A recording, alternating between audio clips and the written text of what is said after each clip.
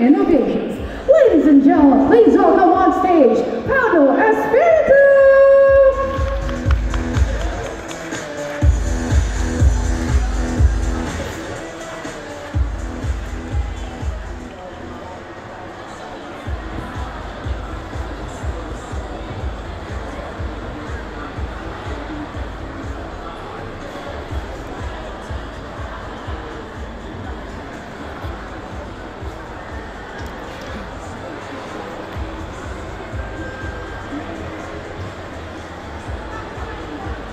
Alright, good afternoon everyone.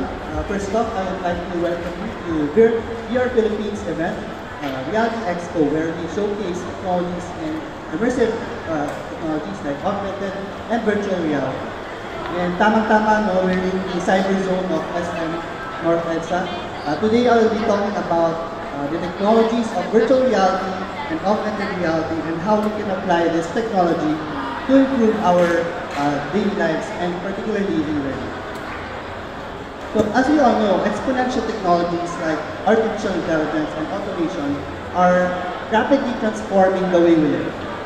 We see it in everyday lives, in our everyday tasks like Facebook or the way we commute or transport to work. It's all transforming society. And the experts are saying that we should all learn how to, we should all be aware of these advances in science and technology. Experts like Elon Musk or Mark Zuckerberg are all saying that we should all learn how to program and how to code, regardless of our profession or career. And true enough, experts are saying that 7 out of 10 of today's grade school students will end up with jobs that don't exist yet. Can you just imagine that the impact and the gravity of that statement? 70% of future students, hindi natin alam kung anong mangyayari sa kanila. And that's what makes it more important for us to be more flexible and more adaptive in terms of learning and education. Now, to give you an idea of what we are doing currently to address this problem, here are just a few statistics on how we invest our time and effort into science education.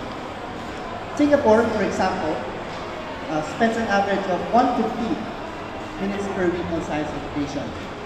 Malaysia, slightly lower, with 2 hours per week. Now, can you guess for the Philippines?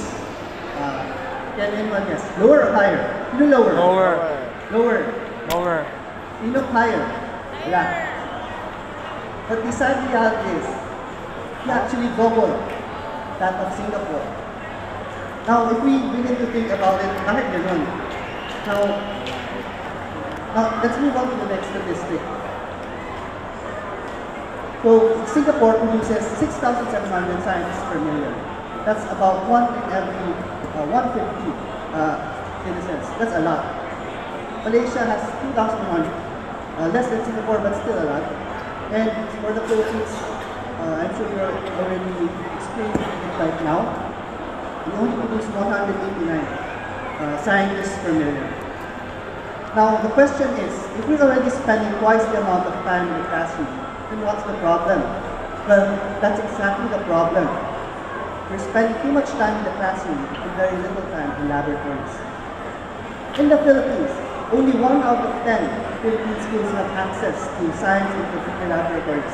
So this includes the basic computer and projector setup. Only 1 out of 10. This leaves 24 to update the value. Filipino students who don't access to hands-on learning. Now, can you just imagine what the Philippines' future will be like if 21 million aren't adept at coding? Now, it was reported recently that 52% of our IT graduates cannot even right away code. That's a really pressing problem. Yeah, yes. Now that's where technologies like augmented reality and virtual reality come in. We started a startup called Mariah Learning Innovations, and we provide platforms and technologies, tools to empower educators and learners. to improve the overall learning experience. So, students just need to download the app, to install it, set it up, and they're free to learn, free to explore the various lessons that can be learned in virtual and augmented reality. Now the next question is, why should we apply VR technology to education?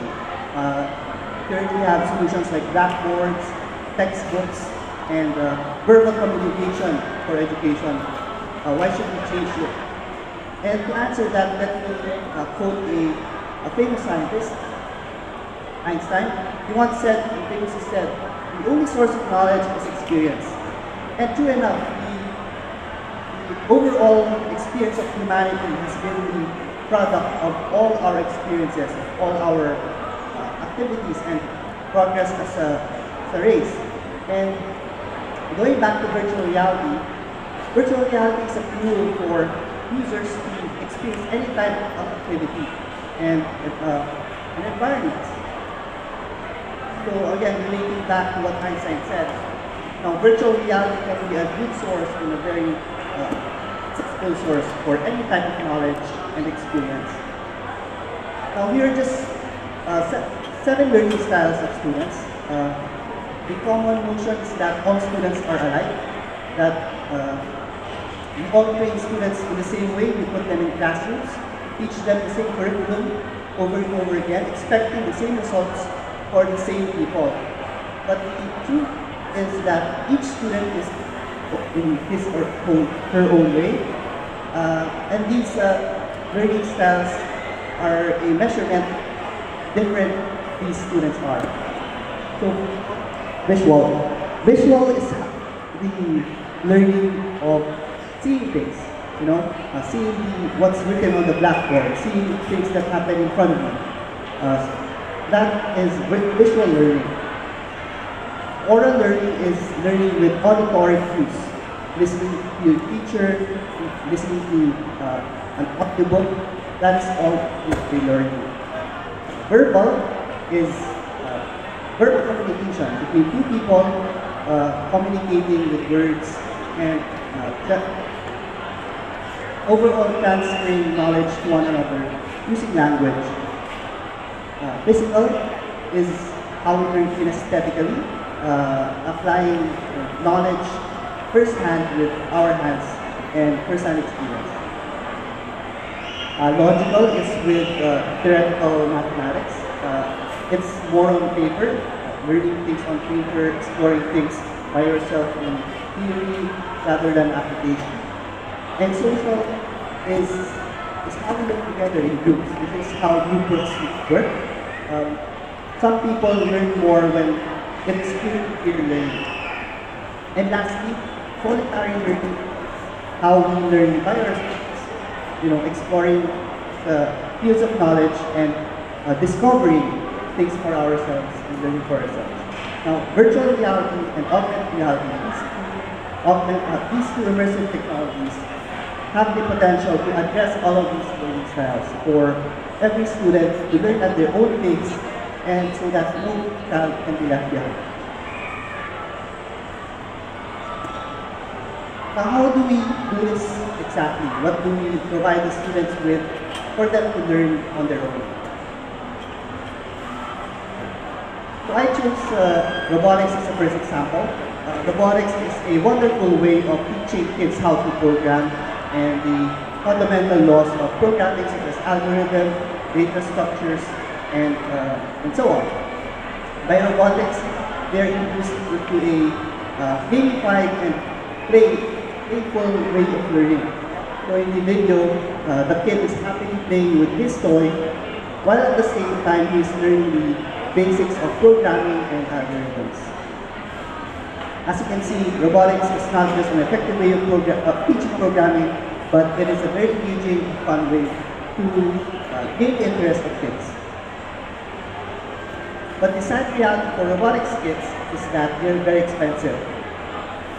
Robotics kits can cost hundreds to thousands of dollars each kit, and the sad thing is that most parents and most families cannot afford to have their own robotics kit.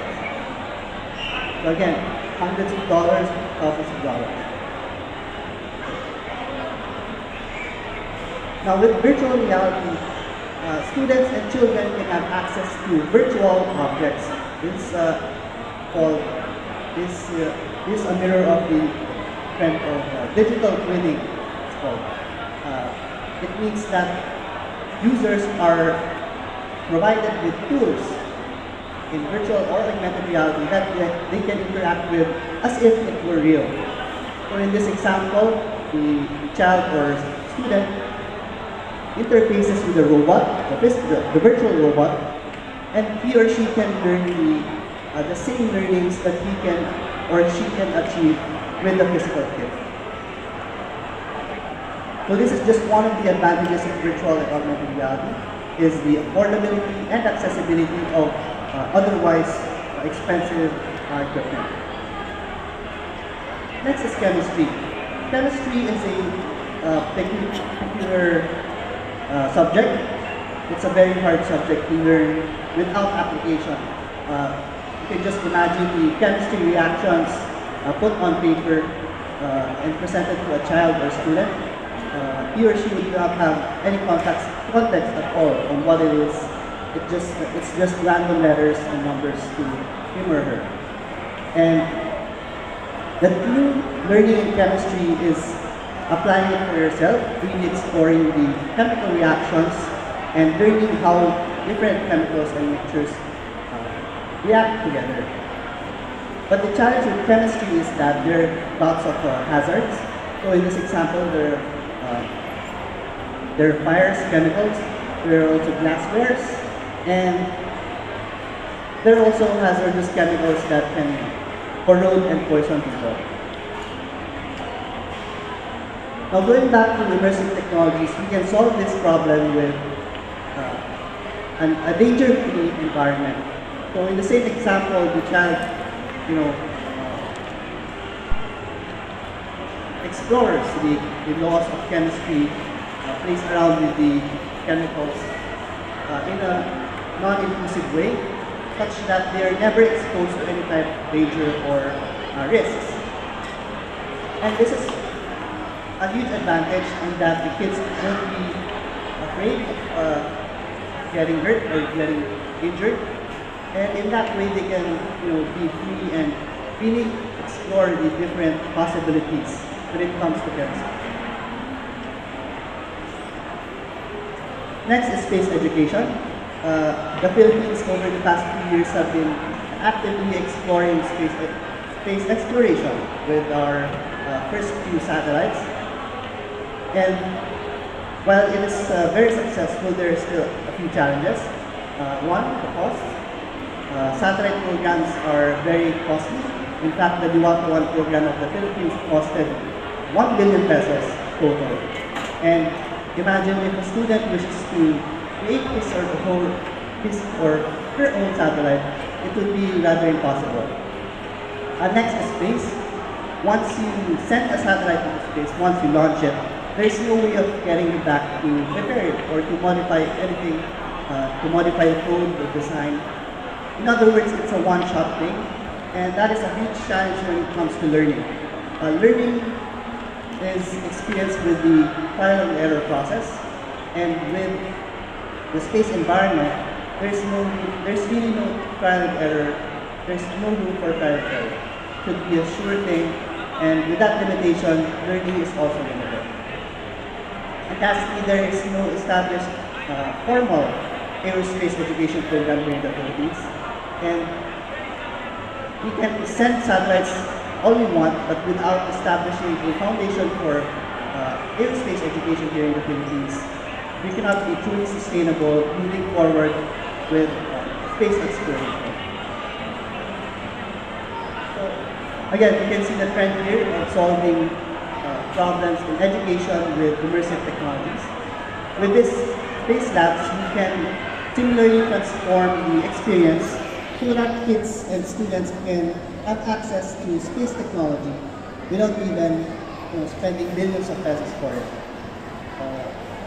Kids can program their own satellites with a code and virtual reality, and in that way, they can learn how it works, how they can create their own satellites, and eventually they can learn how to, the inner workings of real satellites. Now, lastly, I would like to share the road safety learning. So, learning is not just limited inside the classroom. Learning should be applied everywhere in everyday life. Now, what can you see? What's wrong with that picture? So, alright, there was a pedestrian crossing under the footbridge where it's very clear that there's a footbridge above him, and yet he chose to cross under the footbridge. Now, how do we address this? How do we solve this? We can't just put barriers in the middle. We have to address this from the roots of the problem, which is discipline. And how do we teach discipline to people? We can't just, and the answer to that is we can't teach discipline. They have to experience it themselves. So that's why we came up with the Steps to Safety program, the Roadgaps. It's a virtual reality game for children of young age to learn how to cross roads properly and the right way. With this manner, we can teach the kids how to cross the roads like a proper civilized citizen, while without exposing them to the dangers of real cars. In this example, there's a green light, red light for pedestrians, and they can only cross the road when it's green. If it's red, they will lose a point and they will go back to the previous checkpoint. And as you can see, the kids are enjoying this activity. And when kids enjoy, the learning retention is higher. And by creating activities like these, experiences like these, we can improve learning in various, in different disciplines of learning, not just in the classroom, but also in real and how to act like a good person. Now, we have a group there. You can try our platforms later. Here's a sample of what you can try at our group. So this is a virtual reality game where you can cross roads by yourself, and the objective is to reach your destination by following the proper routes without getting hit by cars or vehicles. And again, everyone is free to try this at our booth after this talk. Alright, before I end my presentation, I'd just like to share my inspiration for why I do these things. I had a child hero. He's a very famous scientist. Many of you might know him. He's quite accomplished in robotics, astrophysics, and in all scientific sciences. He's Dexter from Cartoon Show Dexter's Laboratory. And even though he may be fictional, the learnings that we can get from him are real. Dexter can build stuff in his laboratory and in anything that he wants, just by being resourceful and creative. And with these technologies today, like AR and VR, we can simply apply these solutions to work around today's problems. Now, to end my presentation, I'd like to share a quote, a favorite quote of mine. The best way to predict the future is to create it.